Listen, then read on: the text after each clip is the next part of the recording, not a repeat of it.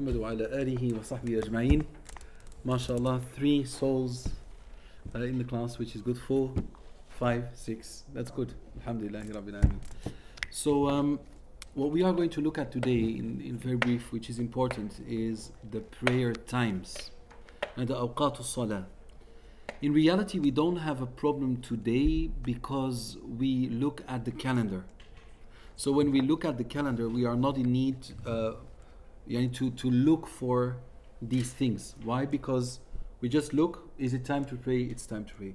What we need to know is that within the Hanafi madhab, for example, which we are explaining, there is a slight difference when it comes down to the Asr prayer in regards to other madhahib and with regards to the Maghrib prayer within the madhab itself. So this is what we are going to look at today. So it all starts with the sun appearing or the sun disappearing. And with the sun, I mean S-U-N, not S-O-N. So it all starts with the sun. Actually, when we say sun with a U-N and sun with a O-N, does it sound the same? Sun and sun? Or do we try to, like, I always try to sun and sun. No? Okay. So I'm doing this for nothing then. I thought it was like something I came up with and okay. Anyway, I will stop doing that. I know sometimes laughing and smiling is good for the heart, Yeah. Okay, so here it all starts with the sun, right? Appearing and disappearing. Right before Fajr, there is something which we call as-sawad al-halik. As-sawad al-halik, which is a very dark, obscure night. Now it means like it's, how would you call this kind of black? It is pitch black. Now it's pitch black.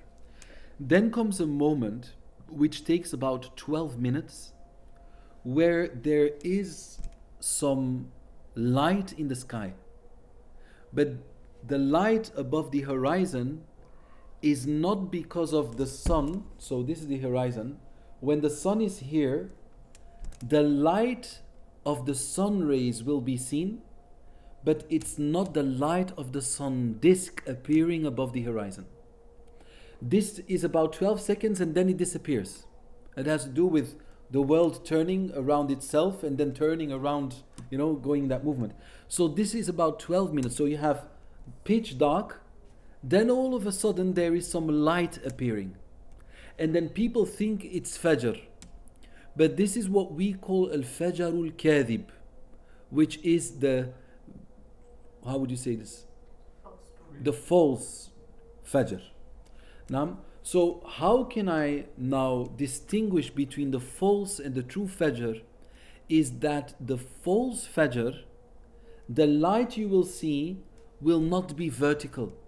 It will not be horizontal, it will be vertical. So the light doesn't cover the horizon. It's just a light somewhere in the middle of the horizon, but it's not horizontal, it's vertical. That's the Fajr al-Kadhib. That takes about 12 minutes. Then it disappears and it's black again. And that this blackness also takes about 12 minutes. And that's also a Sawad al-Halik. Then you will see light again, and this is al-Fajr al-Sadiq. And the Fajr al-Sadiq actually happens when a part, however small it may be, of the disk of the sun says hello above the horizon. You see this? So this light now, I'm sorry for the sisters if you can't see. You can't see it, right? You're sure? I'm going to do it better because otherwise it's difficult for you. You can use the thing on there. No, it's okay. It's okay. Yeah, it's okay. I don't mind. My mashaykh always had their hands full with ink, so I can just pretend, So, like if the sun is now here, now we will have the false light. If the moment a part of the disk of the sun, you see this? A part of the disk of the sun appears, then now Fajr has started. You see that? And then the light will go left and right or right and left. Right? Yes? Sorry, after Fajr al-Kadhib, does it go pitch black? Yes. it will be blackness, not as black as before, but not as light as during the first 12 minutes. So for approximately how long will it go black for again, second time? The second 12 minutes as well. So we speak about 24 minutes in total. Is that clear? So usually after the 12 minutes of the second blackness, yani after the Fajr Sadiq, on the 13th minute, one will make adhan. You see this? Because that time always remains the same, if you understand what I mean. So anyway, as I said, we are not in need and we can't even see this. The reason why we can't see it, because it needs to be a flat piece of land. There shouldn't be any trees. There shouldn't be any mountains. There should not be any, how do you say that? Unreal light. How do you say this? Light pollution. False light. Yeah, but there's another name. Pollution. Artificial. There shouldn't be any artificial light, because this will then cause you to think that there is light while there isn't, or will prevent you from seeing the sun, and so much more.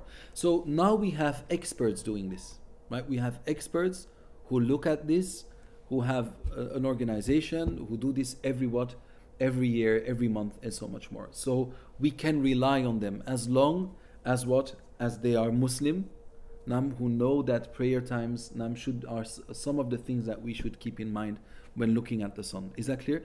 But very often you will see that what you find in a newspaper, when they say sunrise, sun this, sunset, that is like actually very accurate, like when you look at it. But anyway, so that would be the difference between the Fajr al-Sadiq and the Fajr al-Kadhib. Now, if you pray while it is Fajr al-Kadhib, your prayer is invalid. Now, because you pray too early. Okay. So now, the time of your Fajr, so we said about how many minutes? About 24 minutes between light, darkness, and light. Again. Okay. So now when this happens, you have the time to pray Fajr. The time doesn't mean that it's good to do or bad to do. We're not yet there. But until the disk of the sun is what? Is above the horizon. So when the entire disk of the sun is above the horizon, then now the time of Fajr is gone. So when you do your takbir, here, then you should wait. You shouldn't start your prayer here. You should wait until there is ishraq. That's about 10 to 15 or more minutes. Until the time where you're not supposed to pray is done. Is gone. When is it shuruq? So now we have the sun here has risen. We're not supposed to pray now until the ishraq. The ishraq is, I'm sorry, I don't know how to draw. When I draw a flower, children think I'm drawing a bird. So I'm so sorry. So now you have houses, right? So this is a flat. This is a flat. And when do you know whether it's shuruq? And this usually you can see.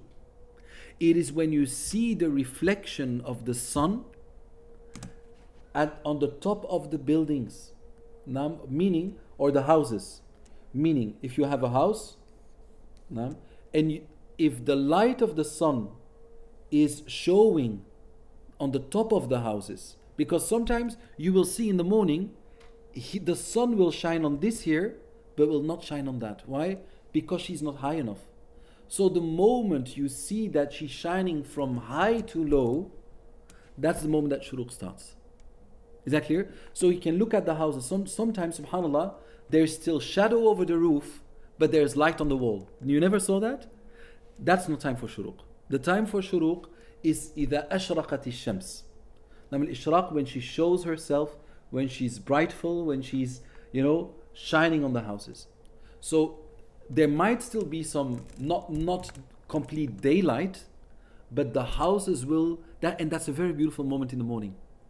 When you see that, you look at the sky, it's not completely light, but anyway, the orange glow of the sun is seen on the what? On the buildings. And that's also when it reflects in a mirror window. Now it almost blinds you. Okay, so here we're not going to pray. We're also going to wait with our fard until it's ishraq, when the sun is here. Okay, is that clear? Is there a question? Yes. No. So what we can pray in ishraq? Excuse me? We pray. Yes, yes, yes. Yeah, of course. Yes, yes, yes. Okay. So now, if you wait from when the sun is here and you pray until the sun is shining on the houses and you remain in your space and you do dhikr, you have the reward for Hajj and Umrah. So when you wait, you have your reward for Hajj and Umrah. So, but with condition that you stay in the space where you have prayed. That you don't lose time, start talking with people, you do your dhikr, you read Quran, or you give a dars, that's good as well, and then you will have this reward. So this is our Fajr time. Okay? So now, in the Hanafi fiqh, when is it, I will be straight with you, when is it recommended to pray Fajr? Can you tell me? Is it immediately when the sun rises? Oh, thank you. Is it immediately when the sun rises? You know, if it is in jama'ah with the imam, it's with the imam. That's the best thing to do. But if you're an imam and you can, as a Hanafi, tell when people should gather to pray together, what would be the best time? Slightly lighter. When it's slightly lighter. Meaning not immediately when the sun is above the horizon, shows a little bit above the horizon, but when there is a yellowish glow, if we can say it like that. So this is where it would be preferred to pray. This is if you don't pray in jama'ah. If you pray in jama'ah and the jama'ah prays at the very start of the prayer time, then you are going to pray at that particular moment. Does that make sense? Because jama'ah then gets preference. Now, we go to the Dhuhr time. So we have Shuruq here. The sun is going like that. So now we are heading towards Dhuhr. So can I ask Yes. a question? Yes. On Fajr, Yes. because now you said we rely on calendars and we rely on experts who Yes. say that. So Yes. I mean, it's the phone. It's the phone. So when the phone says that Fajr has come in, Yes. Then Fajr has come in. then Fajr has come in. Yes. If you know that the person who designed the app is a reliable Muslim, Yeah. then you go by the app. Same thing. Because the app, he won't be doing it himself. He will have to show what is my app based on.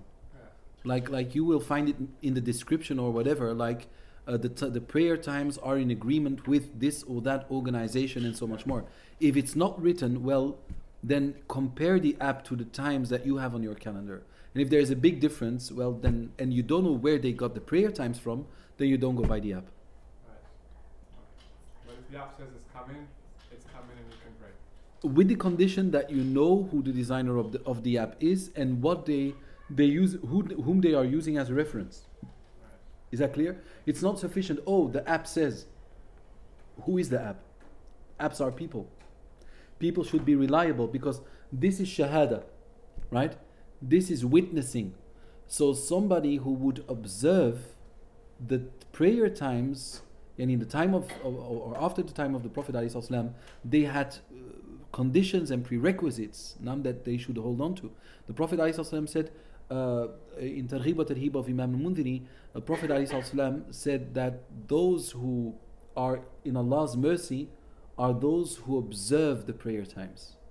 But he said it in a way, the signs of Allah, the night and the day and this and that. So someone should be reliable, that person should be praying. Some people make apps, they don't pray themselves. So we need correct witnesses for this. Do you understand what I mean?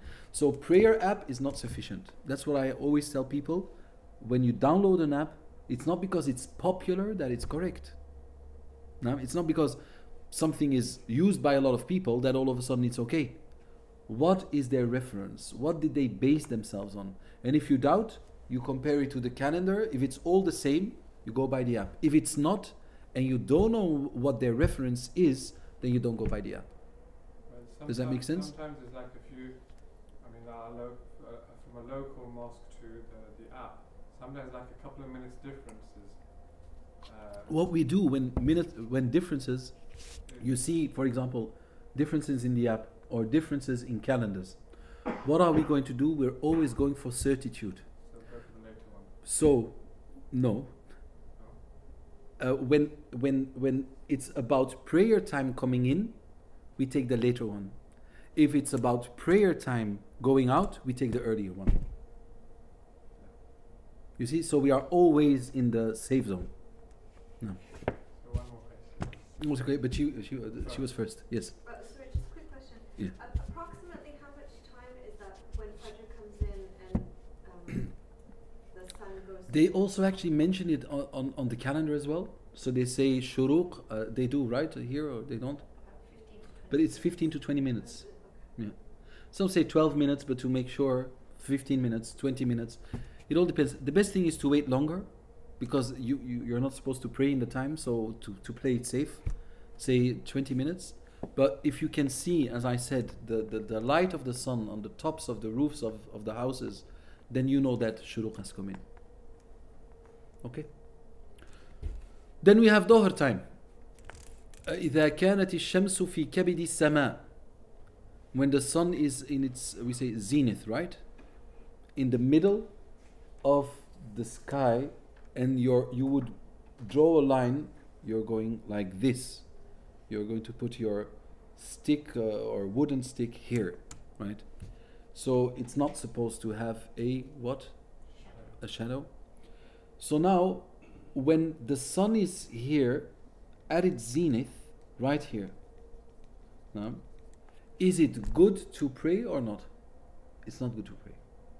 Now, so this is a moment, like here, we were not going to pray when the sun, the disk of the sun was in harmony with the horizon until it reaches shuruq and shines on the top of the roofs. And then here, when the sun is at its zenith and a bit before it, then we are not going to pray either. No? So we are not going to pray. You see this? Okay. So now, when does Dhuhr start? Dhuhr starts when? As soon as it leaves its zenith. Right? How are we going to recognize that when we put a wooden stick or whatever into the soil? How are we going to see this? The shadow. Okay? So that is the moment that Dhuhr starts. Is that clear? So now, eventually, that stick will have a shadow. Everything will have a shadow. So until when does Dhuhr now go on? This is where we in our madhab differ. When does the time of Asr come in? Is that clear? And that's why people say, oh, can I pray Asr already? Can't I? In the mosque they pray it, in the Shafi'i time, and we are Hanafis. What should we do? The first thing you need to know is that there is difference amongst whom? Amongst the scholars within the madhab. Abu Hanifa rahimahullah says that Asr comes in when the shadow of something is twice its length. So when you have something of 50 centimeter, that is what? That's 100 centimeter. So the shadow of anything really.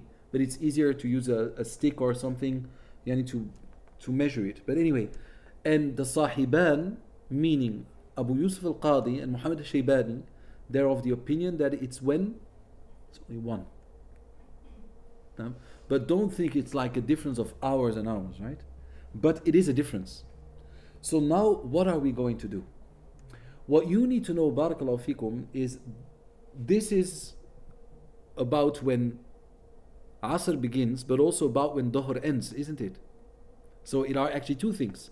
It's about where Dhuhr ends and where a new prayer begins. So now our scholars, they have three opinions. And Imam Abu Hanifa rahimahullah had the last opinion, which was narrated through Sa'd. But we are going to look at that. So the first one is either you go by the opinion of the Sahibain, which is what? The same time as? The Mithal, the same time as the Shafi'is. No? So that would be exactly the same time. So you would be praying at the same time. This is the opinion of the Sahibain. But the Mufta bihi, that which the fatwa is based on, is the opinion of whom? Imam Abu Hanifa rahimahullah. Because they say that in al-ibadat, we are going to give preference to whom? To the fatwa of al-imam, when he is not in agreement with the Sahibain.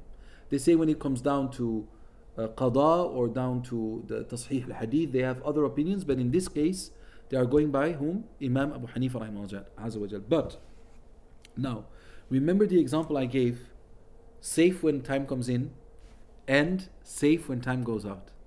So they now say, look, Abu Hanifa rahimahullah azza wa jal also has another opinion. He also has another opinion. And based on these two things, it would be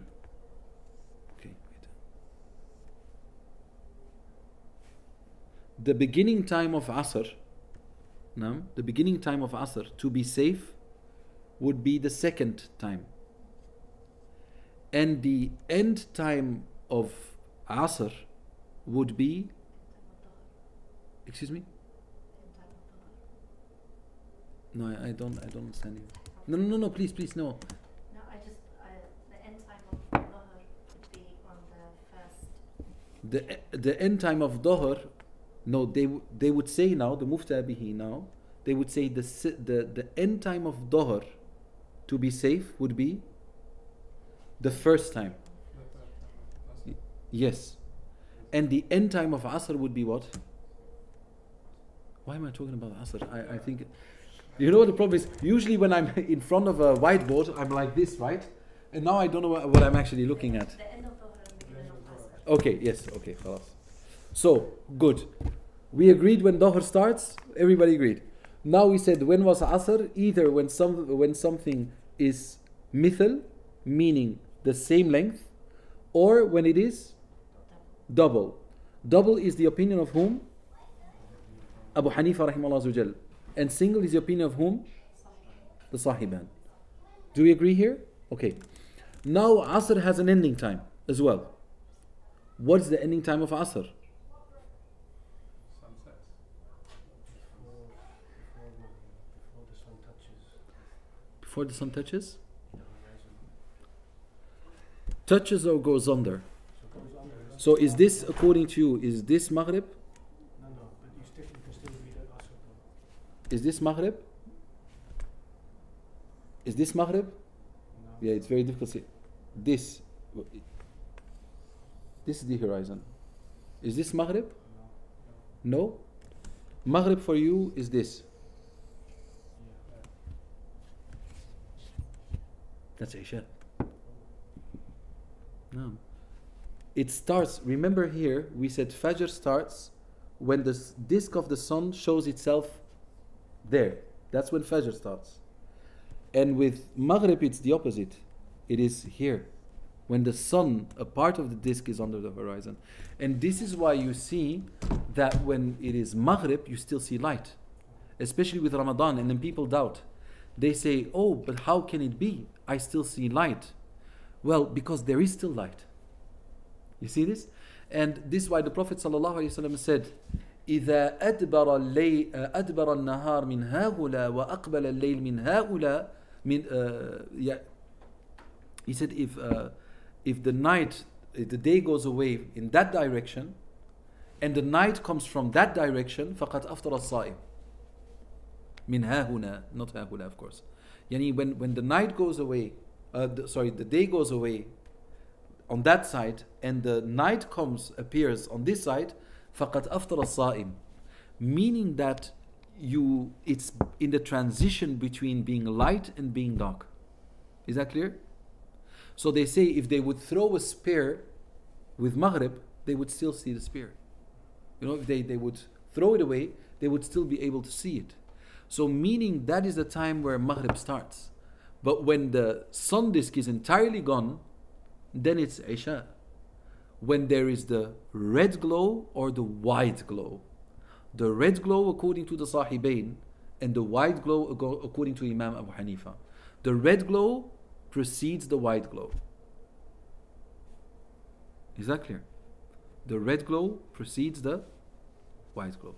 So now here when they come to Asr, and that's what I wanted to say. With Asr, they say, to be safe, when do you pray Asr? After Mithnain. And to be safe to pray Asr on time, until when can you pray? I'm making it sound difficult, but it's just not. I'm not even asking tricky questions. Up to the limit, up to the double. Up to the limit. Okay. And until when can I pray Maghrib? Till Isha. And when is Isha? Either the white glow or the red glow, right, is gone. When is the white, which gets precedence? The white one or the red one? The white one. Why? Because it is Imam Abu Hanifa's opinion. Okay.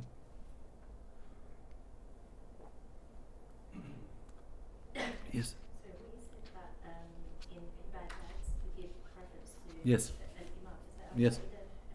Yes, qaida fiqhiyya. Like when the scholars differ, usually there might be an istithna, but usually when in ibadat there's a difference, we give precedence to Abu Hanifa rahimahullah azza wa jal. They say when it comes down to qada issues, we would go for Abu Yusuf. When it comes down to inheritance, and to tasheeh al-hadith, it's Muhammad al-Shaybani. So in Ibadat it's al-Imam. Yes, it's the Imam. Yes.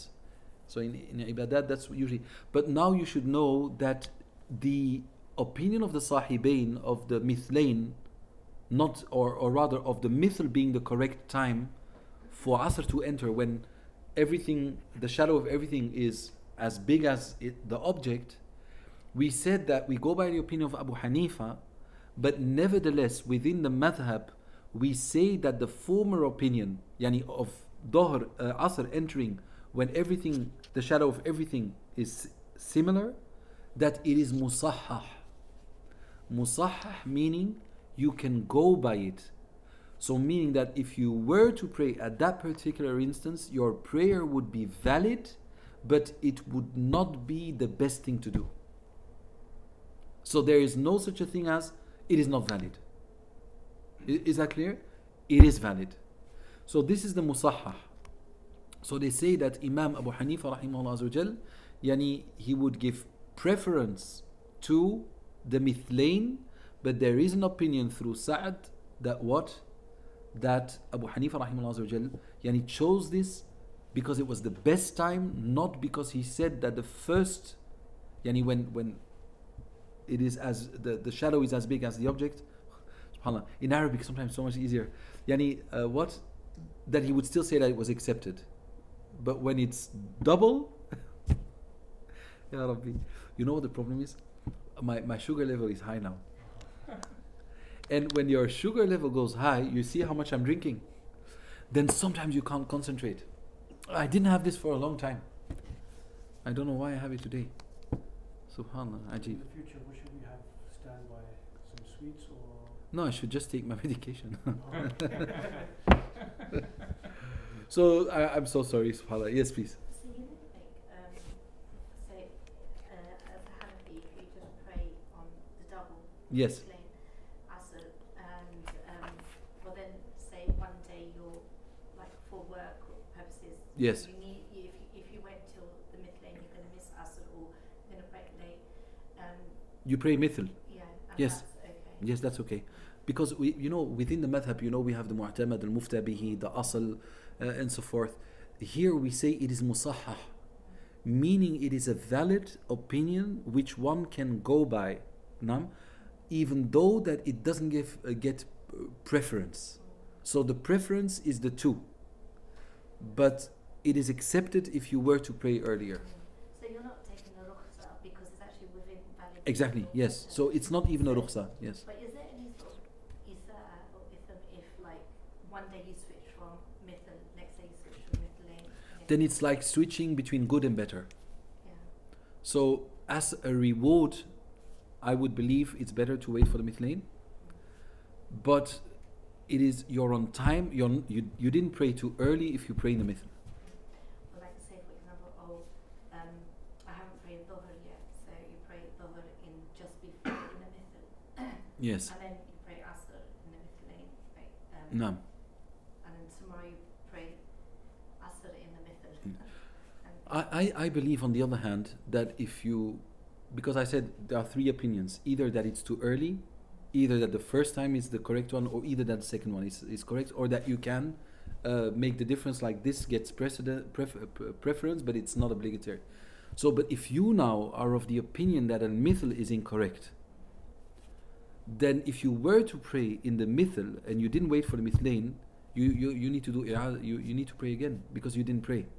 So if it goes back to your qana'ah, to what you are convinced of, because the moment you believe that this is the opinion of Imam Abu Hanifa and you believe it to be true, then you can't go against that which you are convinced of, because then it would be wrong, if you understand what I mean. The average person, they follow the madhab. Yes. So they're not necessarily the deep understanding to be Yes. convinced of the proofs. Yes.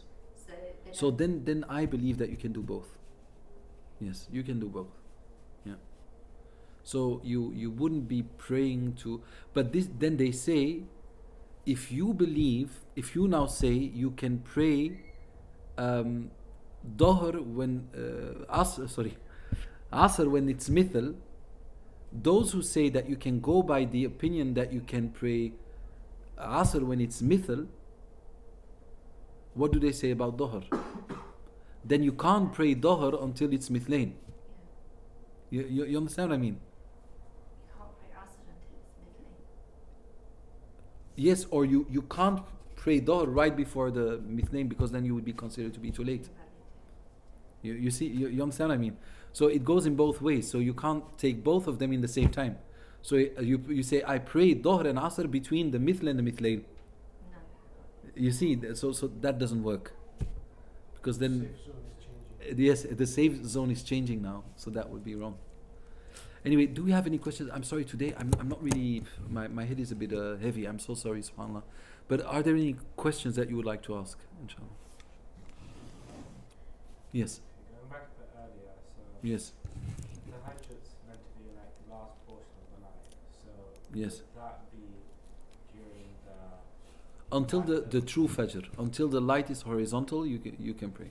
yeah? So but then they say that the best part is the last like quarter, The last third of the night. last third. But if you have a look, yani the last third of the night, what we need to do is we need to divide the night into 6. So let us say that the night is 5 hours.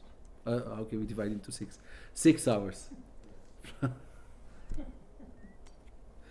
From midnight to 6, right? So now the last third is where? Between 4 and 6, right? The best time to pray here is from no from 4:30 to 5:30. But now let us make it a bit longer. Now, the night is from 10 at night until 6 in the morning. How many hours are here? 8. Okay. So, what? Excuse me? Get a calculator now. Okay. Now, from 9 to 6, how many hours are there? 9. From 9 to 6. 6 plus 3, 9. Yes, exactly. So now, we're going to divide the night into 6. Ya Rabbi. 3 hours each. Okay. You have the last sixth of the night. So the Prophet ﷺ, he said, you divide the night into 6 parts, not into 3. And then the time it is best to pray is the 5th part of the 6. No? And then would that not be from going back to from midnight to 6? Would that not be from 5 to 6. or yeah, 5 to 6? No, it would be from We are, yeah. So I want you to do it. Like the Prophet ﷺ said that the best time to pray is in the 5th part of a night that you divide into 6. So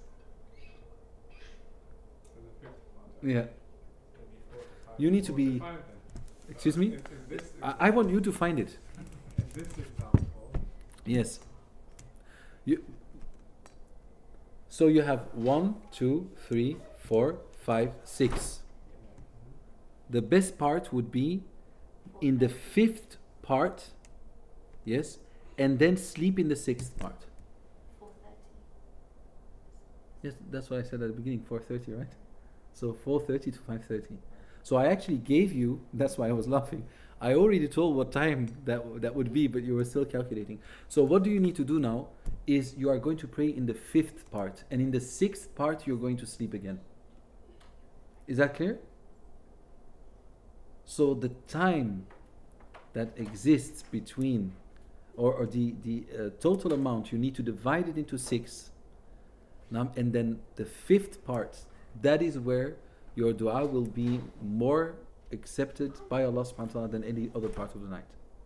So now, to come back to you, from 8 to 5, how many hours are that? 9, exactly. So that are 9 hours. At what time is the best time for me to pray now? Now you're going to do it like this. There is from 8 to 9, from 9 to 10, from 10 to 11, and so forth, right? So, and then you need to calculate it. 3:30 to 4:15, you say, right? So how long is left in the 6th part? An hour, 2 hours. No, that would be 45 minutes. So you didn't divide it correctly, because each part should be as long as the other. So how can the 5th part be? Yeah, it's the same. Yeah, 45 minutes. You're right. Yeah. So this here is the best part to pray in. So from the last third of the night, it is the 5th part out of 6. Does that make sense? And that was the prayer of Dawood alayhi salam. He would always be awake in the 5th part of a night divided into 6 parts. Do you see why mathematics is important? Like, if you don't know math. So this is the most important part. That's the best part. That's the best of the best. Yani you have the last third. So the last third is the best part, and within that best part, it is the 5th. Is it clear there as well? Is it clear? You think so? Okay, once again. So the Prophet ﷺ spoke about the best part of the night being the last third of the night. So now in the last third of the night, I can make it easier for you. It is the part between, so the last third, you're going to take the middle between the first part of that third and the last part of that third. And here, that is the best part. So if the last third of the night is 3 hours, now, and Fajr is at 5,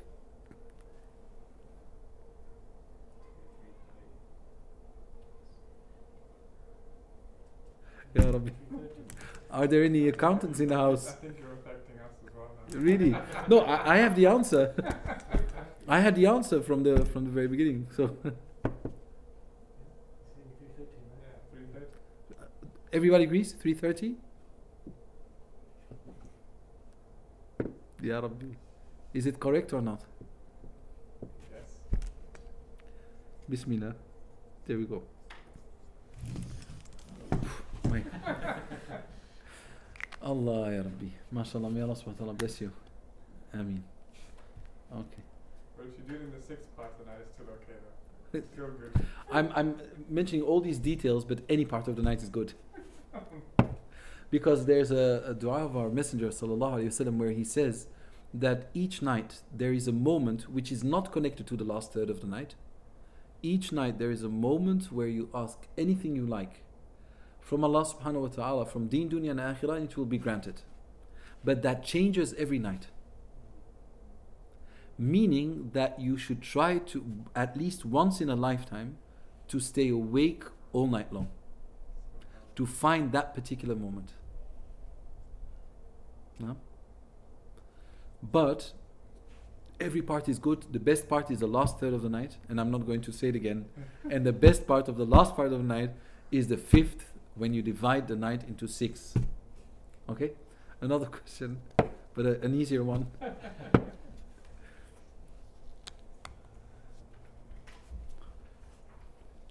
Is there another? Nothing.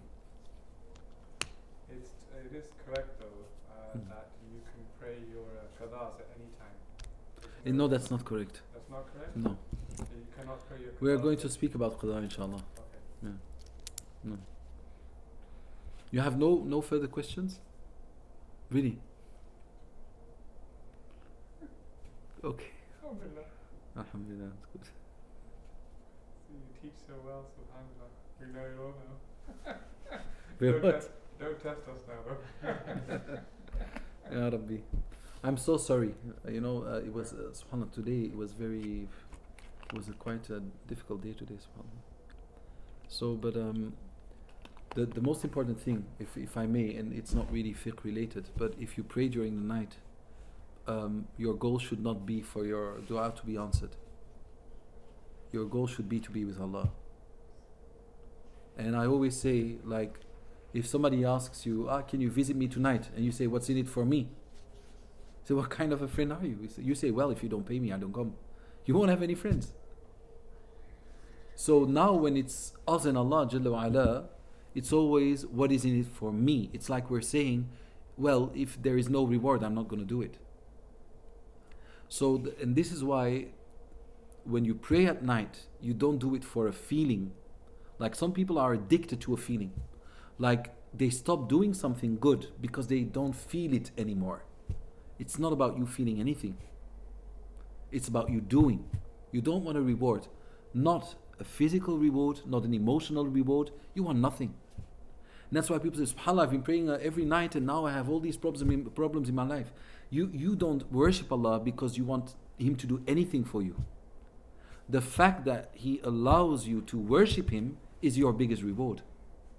Because if we are honest with ourselves, we actually know that we don't deserve to worship Him. Because we always come back to Him, while we can look people into the eyes because they don't know what we said about them, right? Like when husband and wife sometimes are together, they might be gossiping about another, family. And then when they see them, mashallah, we missed you, we always speak about you, you're so good people. But actually you've been gossiping. So the only reason why if you were to know that they heard you while saying this, like you forgot to how do you say that? Hang up. And they said, yeah, it was him again, he was nagging, I really don't want to see him anymore. And then you see that you didn't hang up. How will you feel? I think it will take a year before you're going back to visit them again. So now with Allah Jalla wa Ala, we always come back to Him, but we never hang up. That connection, even if we are not connected, He's connected with us. But we are the ones that should open ourselves to receive that connection. But it's always transmitted. You see that? So we never hang up.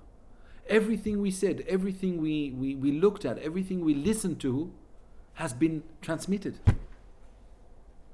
It's ajib, isn't it? So in the last third of the night, you should see it as a blessing if you wake up. Because even our own prayers, wallahi, we don't deserve to pray. I'm serious. I'm talking about myself. I don't deserve to worship Allah. I don't. But nobody does. If we worship Him, it's because of something good within Him, not of something good within us. Because so many people are guided. Well, what was the good in them? They were maybe murderers, some of them. Some of them even didn't think about Allah, were insulting Allah. But then all of a sudden He guided them. Umar ibn Khattab radiallahu anhu was on his way to kill the Messenger of Allah alayhi salam. Khalid ibn Walid killed so many Muslims. And then all of a sudden, Yallah, you're Saifullah. And then when he was about to die, and he had all of these little bags of sand under his bed that he had gathered from every battle that he attended. And he said, when I die, and there was no place on his body where there wasn't a cut or where there wasn't something. And then, when he spoke to the companion, he said, look, I don't think Allah accepted my endeavors and my work. He said, why? He said, because I was on every battlefield and yet I die on my bed. He said, look, the Prophet ﷺ called you the sword of Allah. He said, and who else apart from Allah can break the sword of Allah? So they say that he actually died as a martyr, even though that he died on his bed, because Allah preserved him. Because otherwise people would say, we broke Allah's sword, we broke the deen of Allah, so Allah didn't let this happen. You see? So he said, you are a martyr. He said, but Allah is the only one who can remove his sword from the dunya.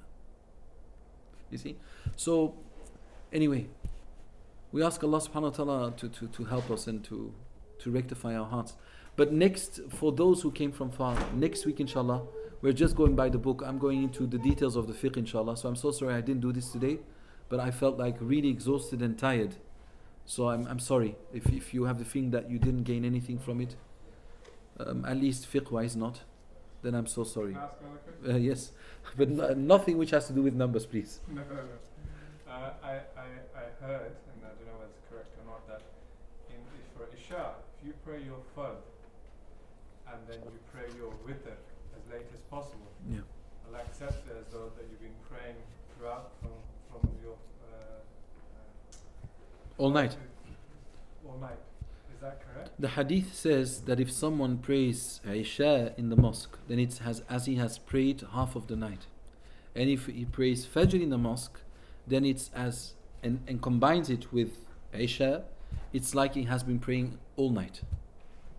So if you pray Isha in the mosque and Fajr in the mosque, your sleep will be counted and rewarded as someone who was praying all night. But not with for fard and witr. No, this is the hadith I know. Yes. And witr prayer is the witr of the Salihin, is the prayer of the Salihin, of the awabin, those who are submitted to Allah. According to the Hanafi fiqh, witr is wajib. It's not an option, it is obligatory. So if you don't pray it as a Hanafi, you're a sinner. And most likely your testimony will not be accepted if you were to testify, because you would be considered to be a fasiq, yani a big sinner. And you have to make them up as well. So if you didn't pray, then you also have to make up your witr. But we don't consider other people not praying witr from another madhab to be fasiqeen, sinners. No? And wajib in the Hanafi fiqh means al-fardul amali. Al-fardul amali, but not al-fardul i'tiqadi. Al-fardul amali means that from a practical point of view, the fard and the wajib are the same. They have to be put into practice. The difference is in the perception of it. In a fard, if someone were to deny a fard, he leaves Islam. If someone denies a wajib, he wouldn't leave Islam by that. Is that clear? So, but from a practical point of view, it is the same. So the Hanafi would look at witr exactly as he looks at Isha. There's no difference. Yani from a practical point of view. But as from a mu'taqad, meaning the how do I say? From a belief point of view, then it's different. Is that clear? And that's the difference between wajib and fard. Yani both are as obligatory from a practical point of view, but not from an aqidah point of view. One will be kafir and the other one will be fasiq. Or not a fasiq if he's not an Hanafi and doesn't believe this to be wajib. Is that clear? No. So as a Hanafi then, if you've got No. missed prayers, Yes. lots of them, Yes. you have to still do the make up the witr as well. Yes. As a Hanafi, you are going to make up your witr as well. And we would advise someone who has to make up prayers not to pray any sunnah prayers. But we would advise him to pray the 2 rak'at before Fajr and the sunnah prayer before witr. Because the sunnah prayer before Dhuhr is more emphasized than any other of the rawatib. Because the Prophet because in the Hanafi fiqh we would make up the sunnah prayers which we pray before Dhuhr. If we didn't pray them, we can make them up after the Dhuhr prayer, which we won't do with other rawatib. Is that clear? So now the question is, if I'm going to pray that sunnah prayer, let's say the 4 rak'at before Dhuhr, and then I have my 2 after Dhuhr, I didn't pray these sunnah prayers, I come into the mosque, and I pray Dhuhr, and I didn't pray the full before Dhuhr.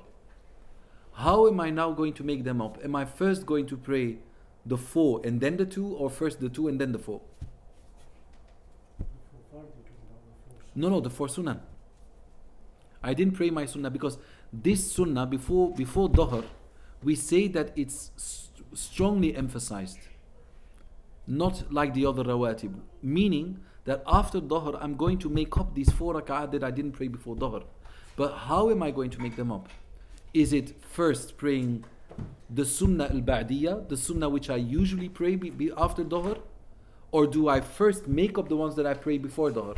What do you think? I think it would be before the 2 sunnahs. Before the 2 sunnahs. Well, in our madhab we differ. Now, some say it's the 2 sunnahs immediately. Why? Because you have already changed the order. Right? So if now you're going to pray Dhuhr and then the 2 and then or then the 4 and then the 2, then you have changed the order, didn't you?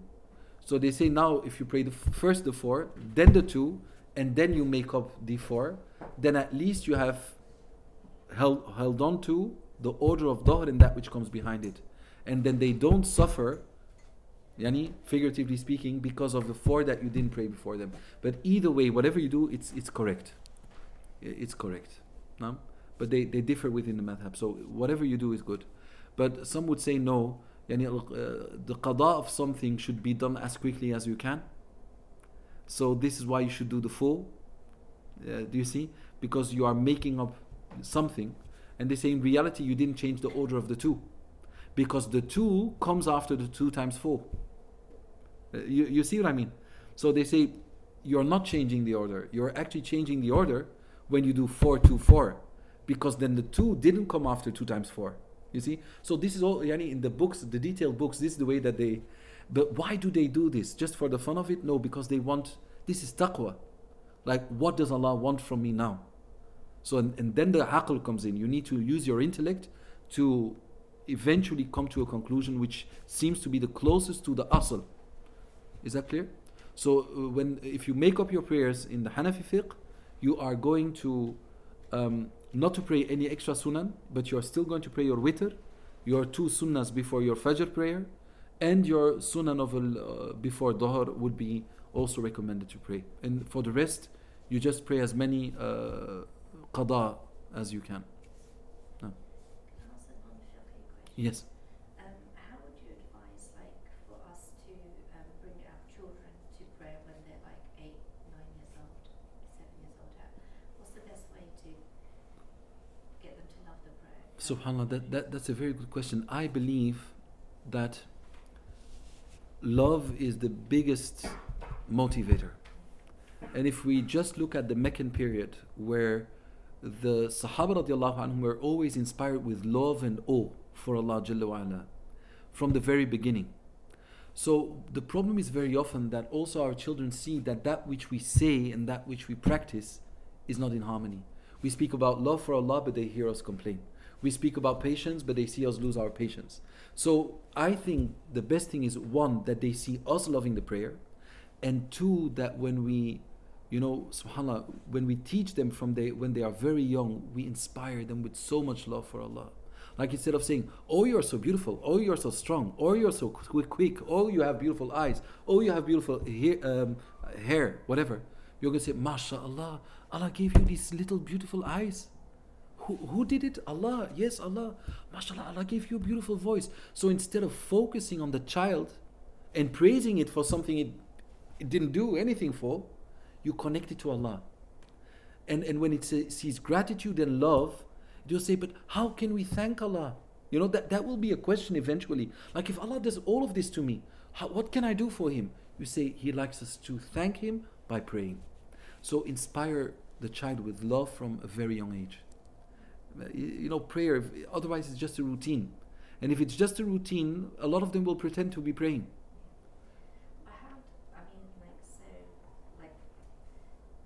Like the way I did it, like, Yes. from when my son was 7, I just introduced him, right, so now you're 7, you need to pray Dhuhr every day. Yes. Pray Dhuhr. And then I introduced another prayer. Yes. What's like to understand what you mean. The best thing is also to create the habit of praying together.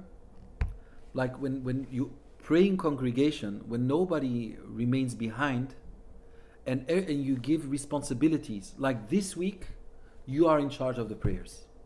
If it's a boy, you say you do the adhan. If it's a girl, you say you come and you tell everybody to pray, and that you turn praying together into a habit. Because very often, the mother prays quickly here, the father prays there. Then you gotta pray. It won't happen because there are so many distractions. So turn it into a social thing in your house. Yes, a focus point. Yes, I think so. Inshallah, by the way, in February I'm starting a after school for children in the weekend, on Sunday, from 2 to 6. No, in Kingston Mosque. It's a program I have designed, which I was teaching in Belgium. It's a 9-year program for children starting from 7. Inshallah, and I will be teaching, and I taught teachers that will be teaching as well. So inshallah, I will explain more about it inshallah later. So it starts in February, from each Sunday from 2 to 6. That's all. And after 9 years, they memorize the entire Quran just by memorizing one verse a day, 5 times a week during the first 3 years, 2 verses the next 3 years, 5 times a day, and then 3 verses the next 3 years, per day, and then during the holidays as well, and done. And from each verse they memorize, the same week they have tafsir. Tafsir amali, meaning the transformative tafsir. They will learn the words and they will be able to understand it and know how to practice it. And then they will have the pillars of faith, they will have fiqh, and then in aqidah they start very slowly, but they go very high. Like interfaith dialogue and refuting doubts and misunderstandings and misconceptions about Islam and so much more. But inshallah I will share it with you inshallah. So that's in Kingston Mosque bi'idhnillah, starting from February. A lot of work. Inshallah khair. So next time we will just read the text, the fiqh text inshallah, and then I promise you it will be worth it inshallah. Sorry I fell short today. Thank you for coming.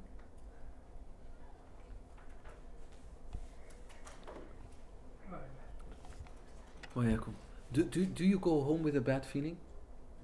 No, that you say, we came for fiqh, what was that? No, very important exercise. I mean, anyway.